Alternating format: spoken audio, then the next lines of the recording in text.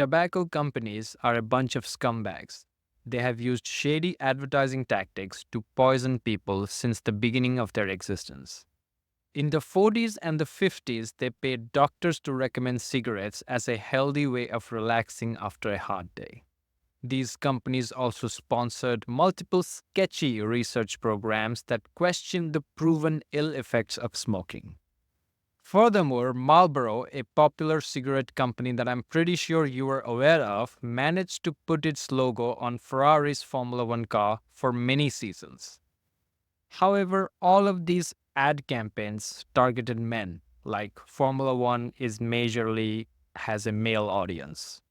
Men are also more logical buyers, so investing money in fake research and using doctors to recommend cigarettes, these kind of logical advertising techniques, they are more catered for a male audience. And this was a problem because the female audience was an untapped market. If you are a cigarette manufacturer, you are a tobacco tycoon, you definitely want to get a piece of that action because business is business. What they needed to do was to position cigarettes in a way that is appealing to women, a way that is emotional, a way that women can relate to. And that's where feminism comes in. Philip Morris, a tobacco tycoon, he used feminism to market cigarettes. So what he did was he came up with a new cigarette lineup called the Virginia Slims. These cigarettes were thin and they came in smaller boxes which could fit in women's purses. And the primary core ad message of Virginia Slim's campaign was that if women smoke this cigarette, they're empowered.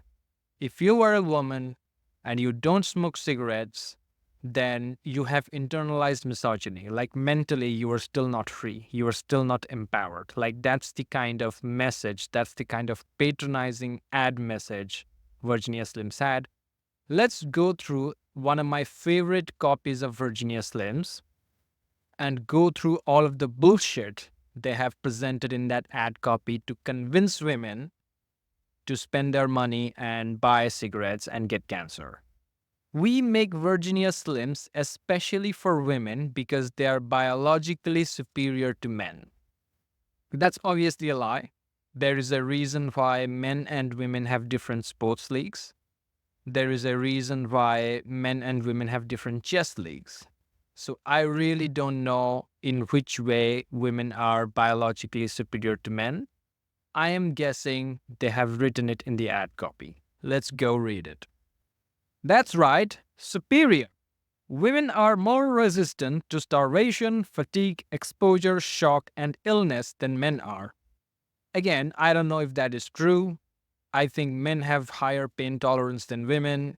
Maybe I don't know what I'm talking about. And also about the starvation thing, in general, men's bodies burn more calories per day than women. So maybe that's why they are more resistant to starvation.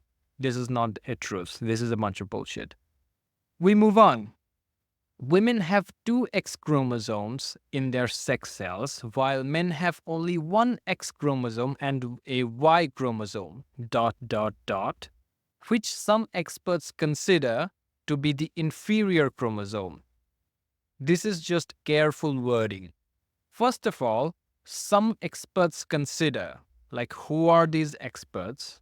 Why do they consider the Y chromosome to be inferior than the X? No reasoning has been given because no actual reason exists. And also, both X and Y sex chromosomes, they are both inferior and superior to each other depending on the context. The Y chromosome reduces life expectancy, but at the same time, the additional X chromosome in women is also redundant. So it really depends on how you look at both X and Y chromosomes before labeling one of them inferior over the other. We move on.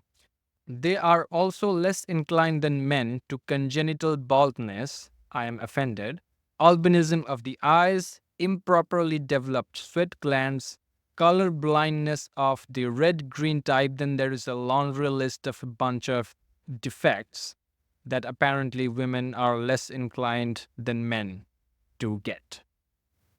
I don't know if this is true. And the conclusion, like the statement, the entire statement that women are less inclined than men to get all of these things, it depends on the sample size. Like if you get a group of people in which men have got these diseases and women have not, then it will appear that women are less likely to get those diseases.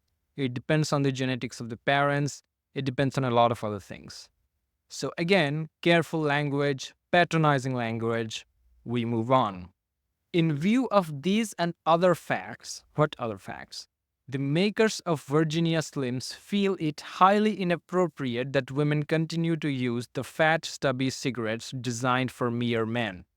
Very patronizing towards the end over there. And again, like the goal is just buy Virginia Slim cigarettes and you're gonna feel empowered. They have also used a picture of like a Wonder Woman, super woman type of figure. It's not exactly Wonder Woman because they probably don't want to get sued.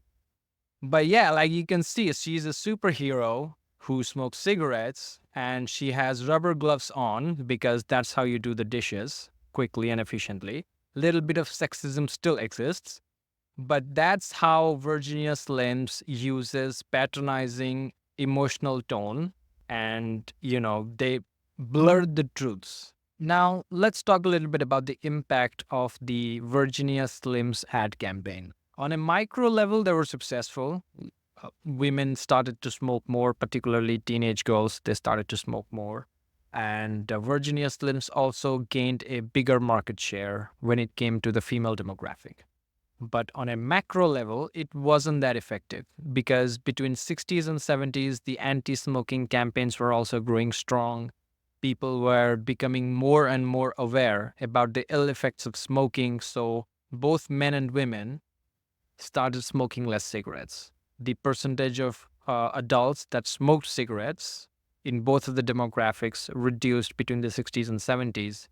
So, all things considered, the Virginia Slims ad campaign didn't do that much damage. However, there is a more concerning thing that we all need to acknowledge: the underlying philosophy behind the marketing of Virginia Slim cigarettes, which is using feminism and patronizing language to sell things to women that they don't need. And this is greatly successful in the beauty and fashion industry. These companies have done a great job in convincing women that the secret to happiness lies in impulse buying of outfits and accessories and shoving chemicals in your face to look better for the cameras. The amount of money these guys make is insane. And also, that's why pink tax exists. You know what? I'll actually create a different video on that altogether. Thank you for watching, like and subscribe, and I'll see you in the next one.